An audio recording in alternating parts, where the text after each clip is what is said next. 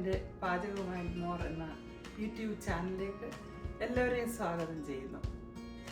ഇന്നത്തെ കുക്കിംഗ് ഒരു garden fresh വെജിറ്റബിളൊക്കെ പറിച്ച് ഒരു തീയലുണ്ടാക്കുന്നതാണ്.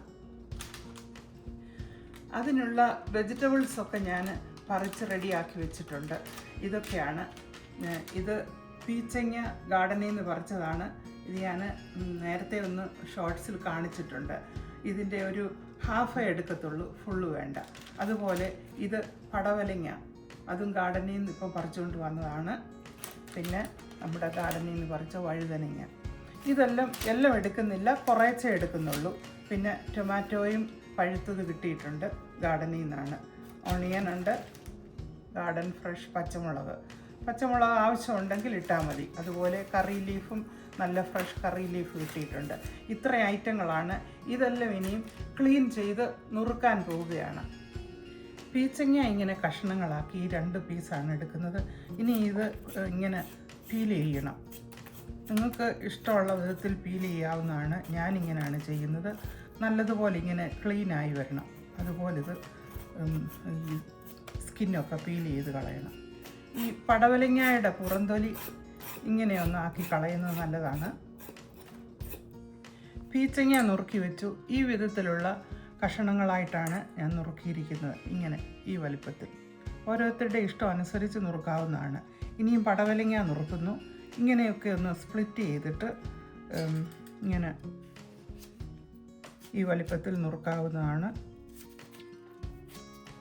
ഞാനിങ്ങനെയാണ് ചെയ്യുന്നത്. വഴുതനങ്ങ ഈ വിധത്തിൽ ഞാൻ സ്പ്ലിറ്റ് ചെയ്ത് വെച്ചു. ഇനി ഇത് സെപ്പറേറ്റ് നുറുക്കി ഒന്ന് കഴുകണം. കഷ്ണങ്ങളെല്ലാം തന്നെ നുറുക്കി വെച്ചിട്ടുണ്ട്. വഴുതനങ്ങ നുറുക്കി കഴുകി വെച്ചു. ടൊമാറ്റോ, അണിയൻ, ഗാർലിക് 1 ടേബിൾ സ്പൂണുണ്ട്, പച്ചമുളകുമുണ്ട്. ഇതിനെല്ലാം കൂടെ ഈ പ്രഷർ കുക്കറിലാണ് കറി വെക്കുന്നത്. കഷ്ണങ്ങളെല്ലാം ഈ പ്രഷർ കുക്കറിലേക്ക് ഇടുന്നു. ഒണിയൻ, ടൊമാറ്റോ, ഗാർലിക് ആൻഡ് പച്ചമുളക് അതും അതിലേക്ക് തന്നെ ഇടുന്നു. എല്ലാം കൂടെ ഒന്നിച്ചിട്ട് മസാല ചേർത്താണ് കറി വയ്ക്കുന്നത്. കുറച്ച് കറി ലീഫും അതിലേക്ക് ചേർക്കുന്നു. ഈ കൂട്ടിലേക്ക് 1 ടേബിൾ സ്പൂൺ റോസ്റ്റഡ് മുളക് പൊടി ഇടുന്നു. മല്ലിപ്പൊടി റോസ്റ്റഡാണ്. 2 ടേബിൾ സ്പൂൺ അതിൻ്റെ ഹാഫ് ടീസ്പൂൺ മഞ്ഞൾ പൊടി ഇടുന്നു. ഈ വെജിറ്റബിളിലേക്ക് 1 കപ്പ് വെള്ളമാണ് ചേർക്കുന്നത്. ഇതൊരു വലിയ കപ്പാണ്. ഇതിന് 1 കപ്പ് വെള്ളം ചേർക്കുന്നു. കഷ്ണങ്ങളെല്ലാം ഒന്ന് മിക്സ് ചെയ്യുക. പ്രഷർ കുക്കർ സ്റ്റൗവ് വെച്ച് ക്ലോസ് ചെയ്യുന്നു. ഇനി സ്റ്റൗ ഓണാക്കണം. മീഡിയം ടു ഹൈ ഫ്ലെയിമിലിട്ട് ഇത് ഒരു 3 വിസിലാണ് ഞാൻ ഉദ്ദേശിക്കുന്നത്. പ്രഷർ കുക്കറിൽ വിസിൽ വരുന്ന ആ സമയം കൊണ്ട് നമുക്ക് തേങ്ങ വറുത്തെടുക്കണം. ഇത് 1.5 കപ്പ് ഫ്രഷ് കോക്കനട്ടാണ്. ഇതിനി ഞാൻ വറക്കുകയാണ്. ഇതൊരു ഗോൾഡൻ ബ്രൗൺ ആകുന്നിടം വരെ ഇത് വറക്കണം, കരിഞ്ഞു പോകരുത്.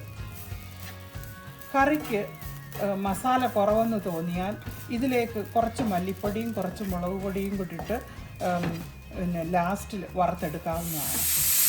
ഇങ്ങനെയുള്ള 3 വിസിലാണ് ഞാൻ ഉദ്ദേശിക്കുന്നത്. തേങ്ങ ഈ പരുവത്തിൽ വറുത്തെടുക്കുക. അധികം മൂത്ത് പോകരുത്. ഞാൻ സ്റ്റൗ ഓഫ് ചെയ്തു. എന്നാലും കുറച്ചുകൂടെ ഇളക്കിക്കൊണ്ടിരിക്കണം, അല്ലെങ്കിൽ അത് അടിവശം ഇച്ചിരി കരിഞ്ഞു പോകും. ഇനി ഇത് തണുത്തിട്ട് വേണം ഗ്രൈൻഡ് ചെയ്ത് അത് ബ്ലെൻഡ് ചെയ്യാനായിട്ട്. പ്രഷർ കുക്കറിൻ്റെ സ്റ്റീമൊക്കെ ഡൗൺ ആയി. ഇനി ഞാൻ വെയിറ്റ് മാറ്റുന്നു. അതിനുശേഷമാണ് ഇത് തുറക്കുന്നത്. കറിയൊന്ന് മിക്സ് ചെയ്ത് നോക്കട്ടെ.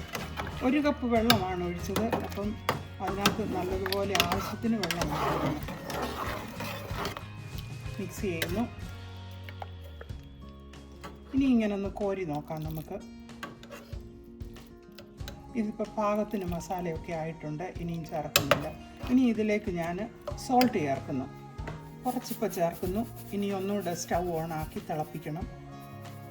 നേരത്തെ സോൾട്ട് ചേർത്താലും കുഴപ്പമില്ലായിരുന്നു. സ്റ്റൗ ഓൺ ആക്കിയിട്ടുണ്ട്. ഇതിലേക്ക് ഞാൻ ടാമറിൻ സോസ് ഒഴിക്കുന്നു. ഇത് ഞാൻ ഉണ്ടാക്കിയ ടാമറിൻ സോസാണ്. ഫ്രഷ് ടാമറിൻ്റെ കൊണ്ട് ഉണ്ടാക്കിയതാണ്. അതെങ്ങനെ ഉണ്ടാക്കിയെന്ന് കാണിക്കാം.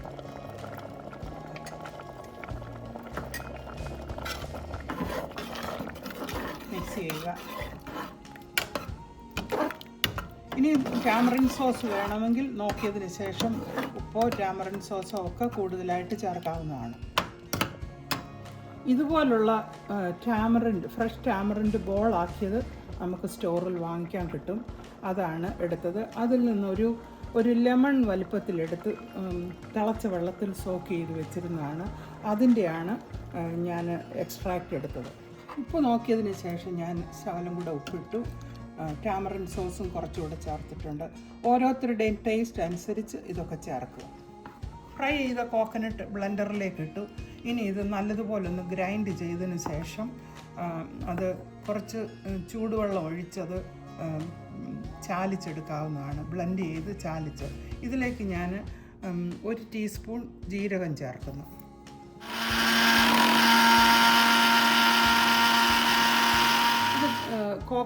ഫ്രൈ ചെയ്ത കോക്കനട്ട് ഗ്രൈൻഡ് ചെയ്തു.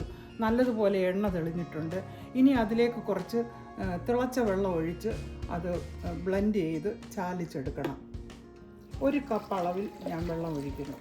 ഈ അരച്ച കൂട്ട് കറിയിലേക്ക് ഒഴിക്കുന്നു. ജാറ് കഴുകി കുറച്ച് വെള്ളം കൂടെ അതിനകത്തേക്ക് ഒഴിക്കുക. എല്ലാം ചേർത്തതിന് ശേഷം കറി നല്ലതുപോലെ ഒന്ന് തിളപ്പിച്ച് സ്റ്റൗ ഓഫ് ചെയ്യുക. ഇതാണ് ഈ കറിയുടെ കൺസിസ്റ്റൻസി. നിങ്ങൾക്ക് ഓരോരുത്തർക്കും ആവശ്യമായതനുസരിച്ച് ഒന്നുകൂടെ കുറുകിയെടുക്കുകയോ അല്ലെങ്കിൽ ഒന്നുകൂടെ നീട്ടിയെടുക്കുകയോ ഒക്കെ ചെയ്യാവുന്നതാണ്. ഞാനിങ്ങനെയാണ് എടുത്തിരിക്കുന്നത്. അടുത്ത സ്റ്റെപ്പ് കടുക് വറക്കുക എന്നുള്ളതാണ്. പാനിൽ ഓയിൽ ഒഴിച്ച് കടുക് പൊട്ടുന്നു. ഇനി അതിലേക്ക് കുറച്ച് ഉള്ളി ചെറുതായിട്ട് നുറുക്കിയിടുന്നു. അതിലേക്ക് കറി ലീഫ് ചേർക്കുന്നു. വറ്റൽമുളകും ചേർക്കുന്നു. ഇതൊരു ലൈറ്റ് ബ്രൗൺ ആകുന്നിടം വരെ ഇത് വറക്കുക, അതായത് ഗോൾഡൻ ബ്രൗൺ. ഈ കടുക് വറുത്തത് ഓൾമോസ്റ്റ് റെഡി ആയിട്ടുണ്ട്. ഇനി ഞാൻ ഫ്ലെയിം ഓഫ് ചെയ്യാൻ പോവുകയാണ്. കടുക് വറുത്തത് കറിയിലേക്ക് ഒഴിക്കുന്നു.